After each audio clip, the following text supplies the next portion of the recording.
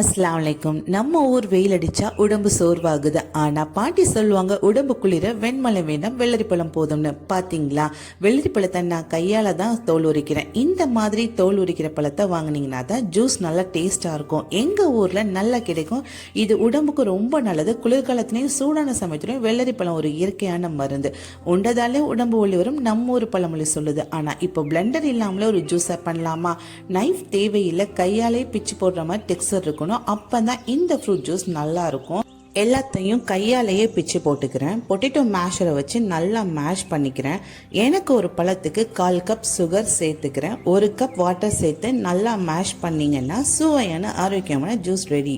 தாகத்தோடு வர ஸ்கூல் பசங்களுக்கு இந்த மாதிரி செஞ்சு கொடுங்க. அவங்களும் விரும்பி குடிப்பாங்க. மிக்ஸில் பிளெண்ட் பண்ணாமல் இப்படி கையால் மேஷ் பண்ணி செஞ்சு கொடுங்க. டேஸ்ட் அல்டிமேட்டாக இருக்கும். ஹெல்த்தியும் கூட. சர்வ் பண்ணுறதுக்கு கிளாஸில் ஊற்றிக்கிறேன். அதை ஊற்றும் போது டெம்டிங்காக இருக்குது. விட்டுருவோமா என்ன? அப்படியே குடிச்சிட்டேன். நீங்களும் ட்ரை பண்ணி பார்த்துட்டு மறக்காம கமெண்ட்டில் சொல்லுங்கள்.